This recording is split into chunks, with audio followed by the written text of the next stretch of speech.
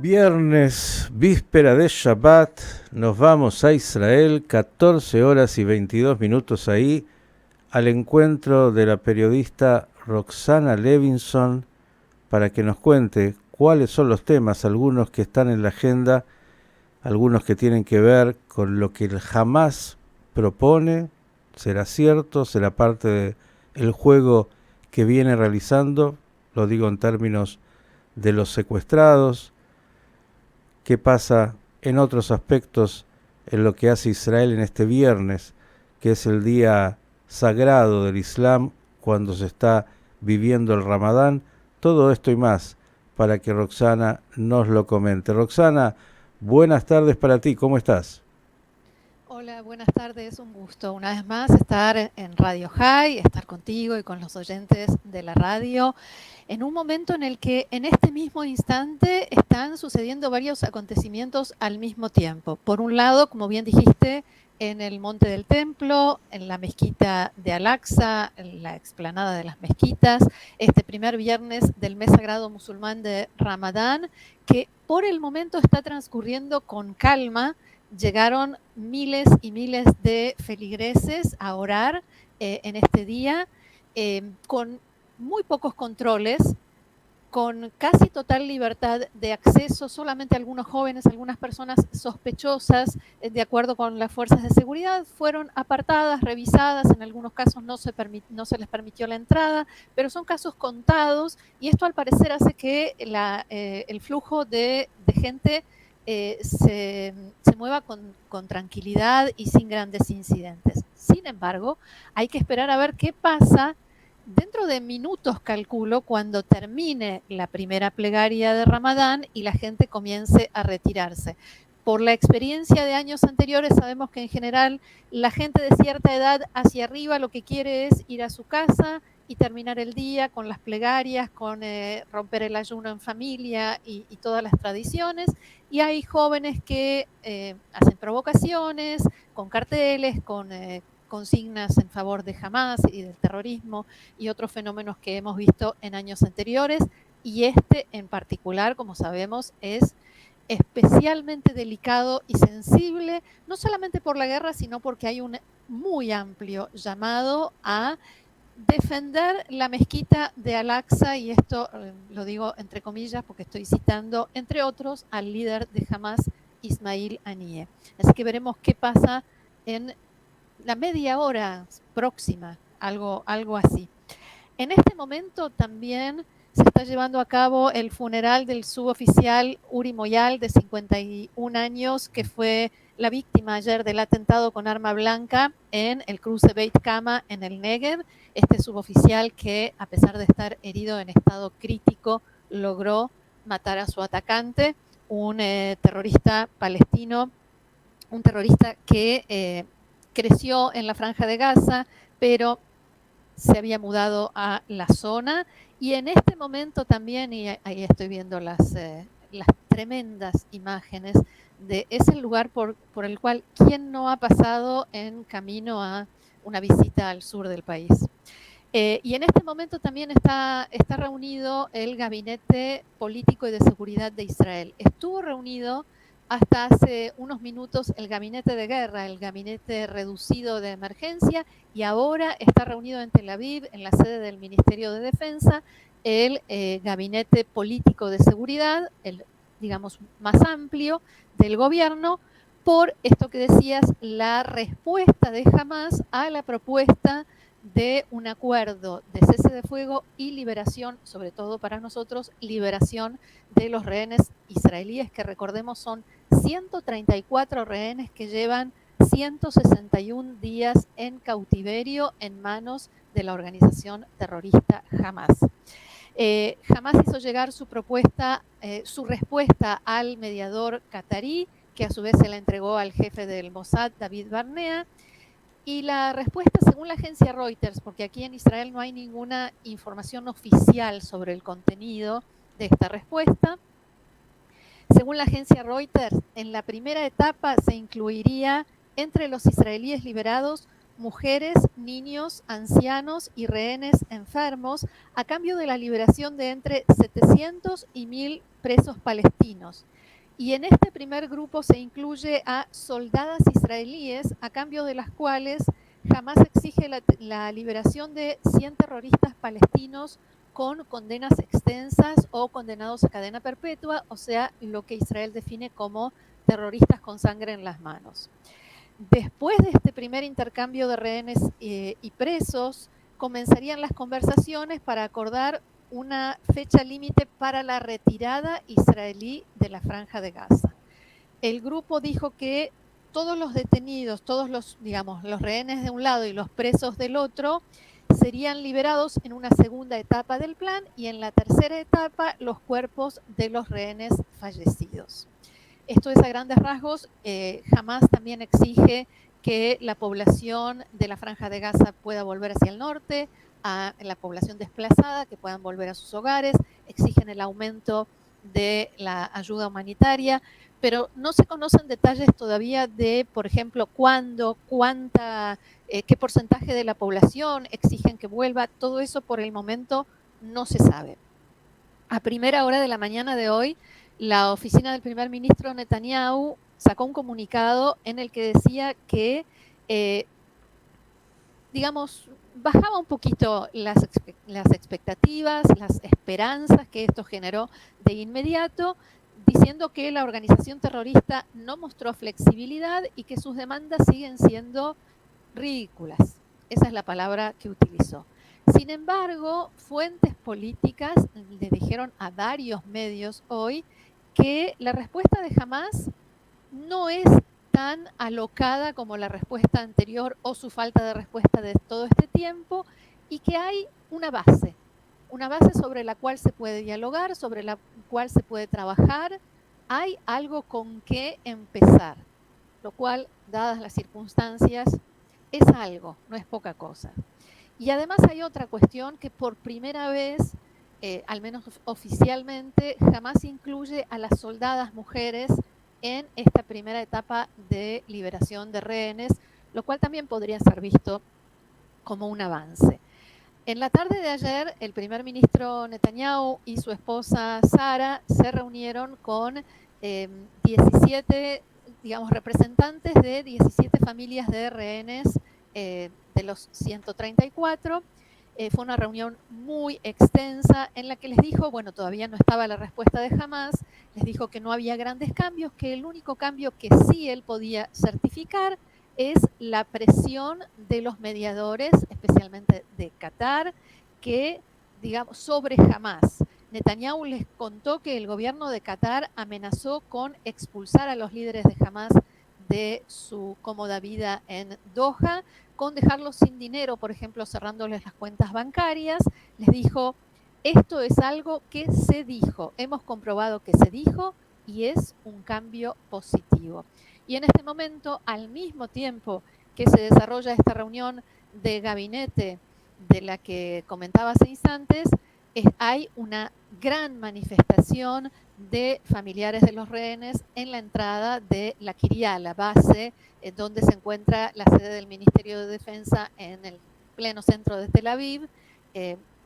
Familiares que reclaman que el gobierno llegue a un acuerdo con Hamás, que no importa el precio, o no es a cualquier precio, porque acá todo el tiempo como ejemplo extremo se dice, pero ¿y si Hamás pide que desmantelemos la Fuerza Aérea Israelí?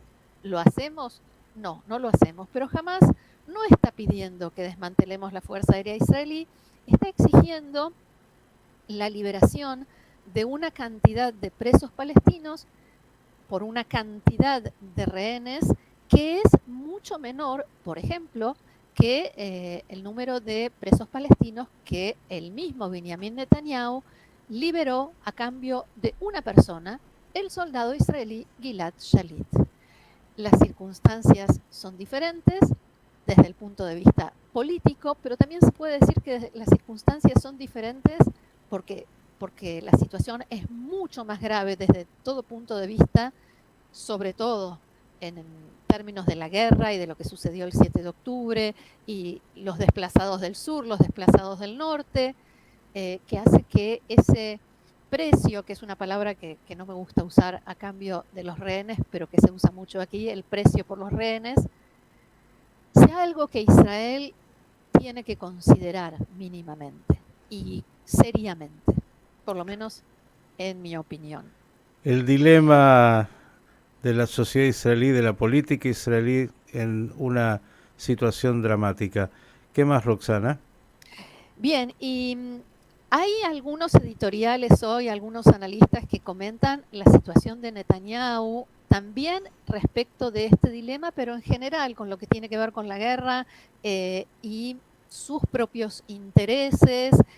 Por ejemplo, el periodista Ben Caspit en el diario Ma'ariv, que es un periodista muy, muy crítico con Netanyahu, autor de varios libros sobre Netanyahu, dice que en realidad Netanyahu está en una situación de contradicción de intereses a la hora de tomar una decisión, porque la decisión que tome, ya sea recuperar a los rehenes o terminar con la guerra, puede marcar el fin de su propio gobierno, la caída de su coalición, por lo que sabemos que es la situación a la que se enfrenta dentro de su coalición con la extrema derecha, que tiene lo que ellos mismos denominan líneas rojas y que no le permitirán pasar sin que eso teóricamente le cueste el gobierno, algo que también se puede poner en duda, porque hasta el momento hemos visto que esas líneas, algunas de esas líneas rojas sí se cruzaron y ni Itamar Ben-Gvir, el ministro de Seguridad Pública,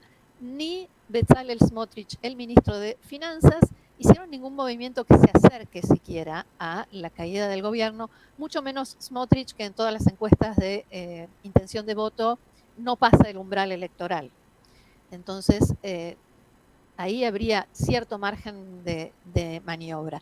Y esto me lleva a las declaraciones que hizo el líder de la mayoría en el Senado en Estados Unidos, Chuck Schumer, ayer, que cargó contra Netanyahu de una manera que no creo que tenga precedentes, por lo menos no a ese nivel, y que refleja cuál es la verdadera situación de la relación entre los gobiernos de Israel y de Estados Unidos en este momento, algo que todos sabíamos, incluso lo conversamos la última vez que hablamos, pero creo que el impacto que tuvo este discurso tiene que ver con lo directo, lo franco, lo sin tapujos que fue, y por venir de quien viene.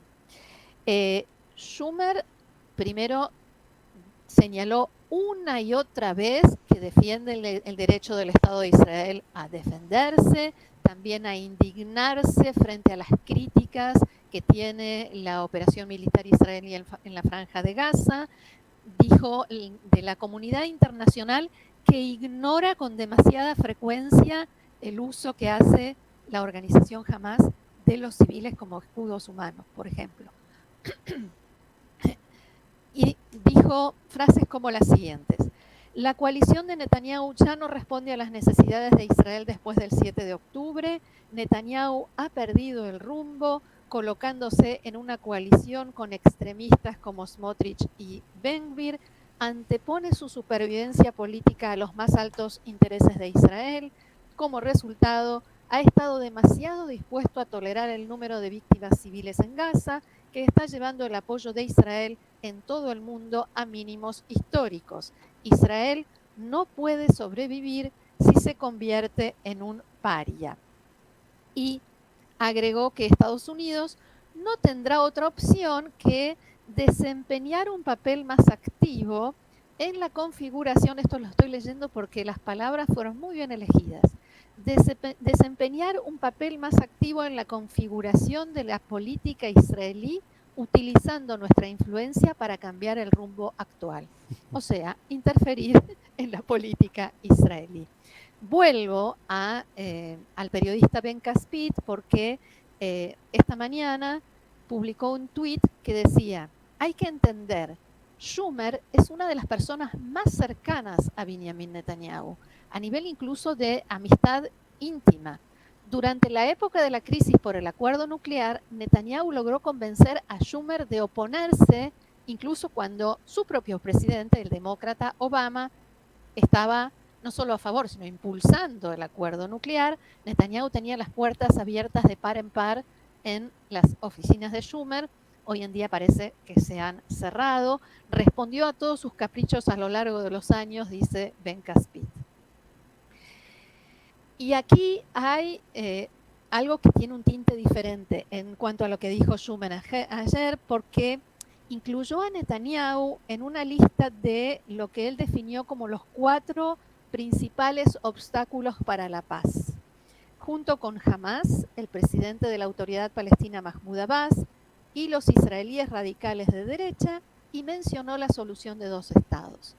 Entonces, yo creo que a todos los israelíes nos hizo como ruido, urticaria diría yo, que pongan en la misma línea a Hamas y al primer ministro de Israel, se llame como se llame, y sea del partido que sea.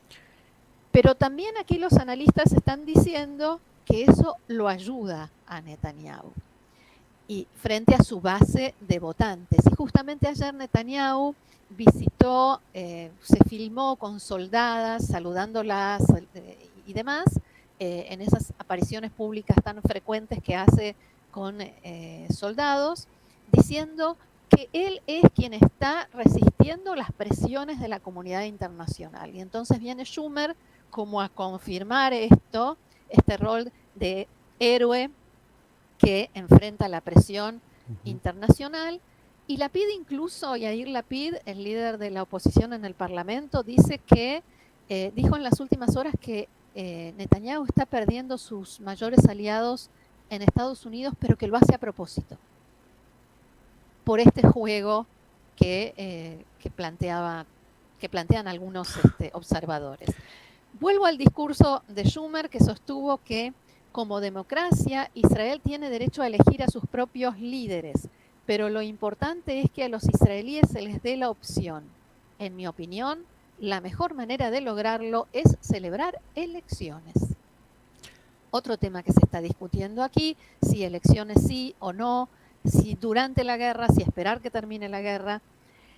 Y la respuesta del Likud, que no se hizo esperar, decía, es muy extensa, voy a leer apenas un párrafo. Contrariamente a lo dicho por Schumer, el público israelí apoya una victoria completa sobre Hamas, rechaza cualquier dictado internacional para establecer un Estado terrorista palestino y se opone al regreso de la Autoridad Palestina a Gaza. Israel no es una república bananera.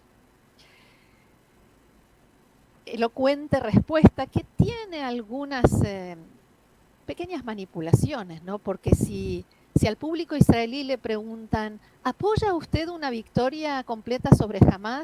¿Qué vamos a responder? ¿No apoyamos la derrota? No es esa la pregunta. ¿Apoya usted que se nos imponga un Estado palestino terrorista?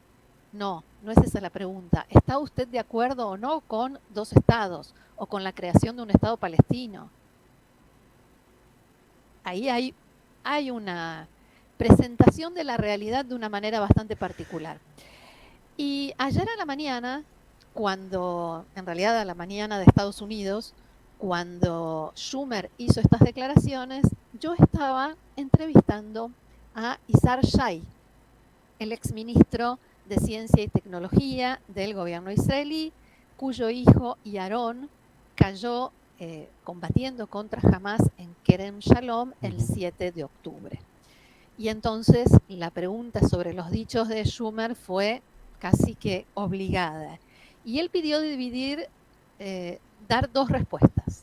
En primer lugar, dijo, Israel es una democracia fuerte, con procesos democráticos sanos, respetamos, valoramos a nuestros aliados, especialmente a Estados Unidos, por todo lo que hace por nosotros, pero esperamos que se ocupen y se preocupen de la política norteamericana y no de la política interna israelí, sobre todo viendo las cosas desde afuera.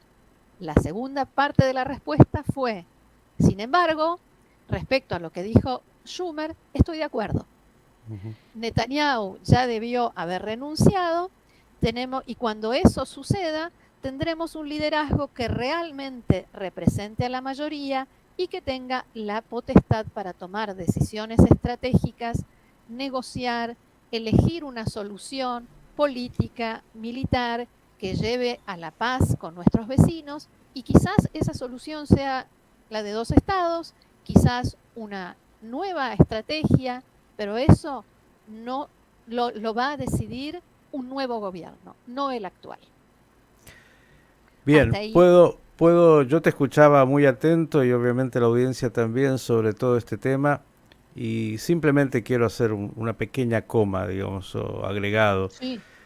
Yo entiendo que cada uno lee la realidad desde el ombligo propio y los israelíes y además el pueblo judío siente que está en el centro de todo y entonces, bueno, lo lee desde ese lugar y todo lo que has dicho. Yo creo que hay que leer las declaraciones de Schumer no desde la realidad del ombligo israelí y judío, sino simplemente desde la realidad electoral de los Estados Unidos y lo que se está jugando en la elección propia. Todo lo que diga hoy el gobierno de Biden hay que entenderlo más allá de matices y no matices y contradicciones e intereses, hay que leerlo justamente eso, desde los intereses norteamericanos en lo que hace a sus propias elecciones, también en lo que hace a la región, y puede ser claro que hay situaciones que la sociedad israelí las tiene muy claras en esa democracia respecto de lo que significa la figura de Netanyahu, lo que significa esta coalición de gobierno, pero es una democracia vibrante y digo, a veces creo que hay como mucha interpretación mirando desde el ombligo propio y sin tomar en consideración a fondo qué es lo que están diciéndole a su público, porque Schumer puede hablarles a los israelíes, pero en realidad es un tiro Le está que hablando a su propia base. exactamente, que pretende llegarle a su público y a los intereses hoy que se están ahí debatiendo en términos de las elecciones en Estados Unidos, que son el gran tema para ellos. No es, incluso el drama israelí es pequeño para ellos en relación a los intereses propios. Te diría que sí, pero porque las acciones siguen siendo las mismas que desde el 7 de octubre. Sí, claro. Eso no cambió. Y Bien, la entonces, respuesta de Naftali Bennett, que no es justamente un amante de Netanyahu, me parece que son no.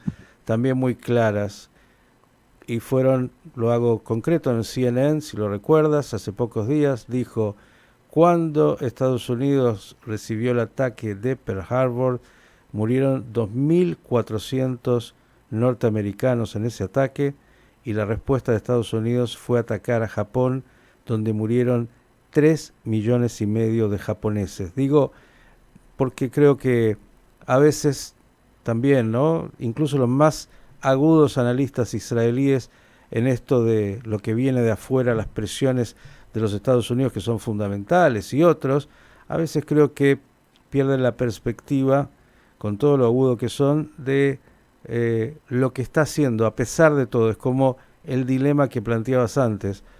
¿Cómo se hace para liberar a 134, los que queden de secuestrados, frente a las exigencias del Hamas, que son realmente terribles para cualquier país del mundo, excepto para Israel? Entonces, creo que a veces todos estos dilemas, en una situación tan trágica, claro, sentado en el café, Mr. Schumer, en el Senado norteamericano, puede decir lo que está diciendo, se lo está diciendo a su gente que podrá salir a las calles a protestar como lo hacen, pero sin estar con los pies ahí en la franja de Gaza, ni tener a sus hijos secuestrados. Todo eso creo que hay que saberlo, decirlo, porque a veces también creo que el análisis israelí tan Es muy centrado israelí. en su propia realidad tan sufriente, hace que incluso las claves que hay que tener, creo que como primeras, para entender con toda la amistad de Schumer y de Biden y de quien sea, que ellos todavía tienen alguna otra prioridad previa a resolver el problema israelo-palestino. Bueno, yo te cuento que la última frase con la que iba a terminar esto es que se acusa a Netanyahu y a varios políticos israelíes de hacer política durante la guerra, Ujú. pero evidentemente Joe Biden, Schumer y todos los demás están haciendo lo mismo. Hacen política y sobre todo en este año electoral. Pero digamos, el temor en Israel es que no tengan que llegar a una situación en la que tienen que elegir, en la que tienen que resolver ese dilema entre el hacer y el decir, que no tengan que tomar la decisión de no ejercer, por ejemplo, el derecho de veto en el Consejo de Seguridad de Naciones Unidas, porque eso les pueda costar las elecciones. Entonces, yo creo que por eso los analistas y los opinólogos israelíes ponen tanto el acento en eso, para que las declaraciones de los políticos israelíes no lleven finalmente a los norteamericanos a tener que definir, porque si tienen que definir, obviamente se van a decantar por sus propios intereses políticos y no van a sacrificar su triunfo electoral y la presidencia de los Estados Unidos para salvar al gobierno de Israel. Absolutamente. Y creo que esto que dije previo, ¿no, Roxana? Y también para todos, no significa de ninguna manera que uno no pueda decir que hoy, como dijo Schumer en algún aspecto, Netanyahu está no solo muy cuestionado, sino que tiene enormes responsabilidades de lo que ha pasado el 7 de octubre. Ha sido el primer ministro durante los últimos 20 años con alguna pequeña interrupción. Digo, todo esto está clarísimo y la sociedad israelí lo sabe, las encuestas lo muestran, y que Netanyahu también está haciendo política, lo mismo que otros, está claro, pero poner las cosas también en la proporción correcta para no equivocarnos en el análisis de entender a veces algunas claves extras en lo que se le dice a Israel y que dice particularmente los Estados Unidos, incluso también los líderes de Europa, que tienen otros problemas y que también hay que entenderlos con esas claves en un mundo de la política lleno de intereses e hipocresías y que no tienen que ver con las verdades que están muy claras más allá de la figura cuestionada y bien cuestionada del primer ministro Benjamin Netanyahu y de una coalición que puede ser también muy cuestionada, pero que ha sido electa a pesar de que a algunos les guste y a otros muchos, la mayoría hoy tal vez no, es lo que ese país con democracia ha elegido, ¿no? Sí, es lo que este país ha elegido y es lo que este país está viviendo y no olvidemos que volvieron las manifestaciones, la gente, las encuestas también muestran no solamente la intención de voto, sino el grado de disconformidad, de decepción de la gente y de no querer volver al 6 de octubre. Cuando todo esto pase, nadie quiere volver a la situación en la que estábamos antes del 7 de octubre. Todos tenemos el antes y después. Cada uno se acuerda exactamente dónde estaba y qué estaba haciendo el 7 de octubre a las 6:30 de la mañana. Durmiendo. Y no. Bueno, la gran mayoría, digo. Shabbat. Yo no. Bueno, en su caso. No. Pero la mayoría habrá estado durmiendo, espero. Sí, esperemos. No en el sur, por lo menos. No, yo estaba camino al aeropuerto. ¿Ves? Le le complicaron el viaje, pero digo, en esta víspera de Shabbat, esto que estás planteando a la audiencia, que son los temas de la agenda, a tener claro que obviamente lo que vive Israel es un dilema enorme en una situación de guerra, de las peores de toda su historia, y que en realidad lo que estás diciendo, además de la sociedad, de las encuestas, por decirlo así, que siempre dan vuelta ahí todos los días, hay desde antes y mucho más después del 7 de octubre un cuestionamiento enorme a toda la política, a todo el arco político, y más allá de la figura de Netanyahu, que obviamente tiene por el rol que ocupa el mayor peso. Si uno le pregunta a la mayoría de los israelíes y lo aparece en las encuestas, hay un disgusto con la política en general, cosa que también es un reflejo global, no solo de Israel, porque no es el único que tiene esta realidad. Esto pasa a nivel global en el mundo. Entonces, para cerrar, me gustaría decir que lo que más deseo es que el tema de los rehenes y de las familias de los rehenes quede fuera de todo esto, porque no hay ningún triunfo, ni completo, ni parcial, ni nada, si los rehenes israelíes no vuelven a casa. de eso no tengo ninguna duda. Y agrego, agradeciéndote como siempre, que desgraciadamente esta guerra, termine como termine, cuando termine, la ganó el Hamas, la ganó Irán, más allá de la destrucción que pueda tener el Hamas. Y esto creo que también hay que asumirlo, será parte de luego metabolizar a nivel interno lo que será el futuro de Israel con lo que sea después de, el día después. Roxana, Nos espera un largo trabajo después de esta guerra, sin duda, como sociedad.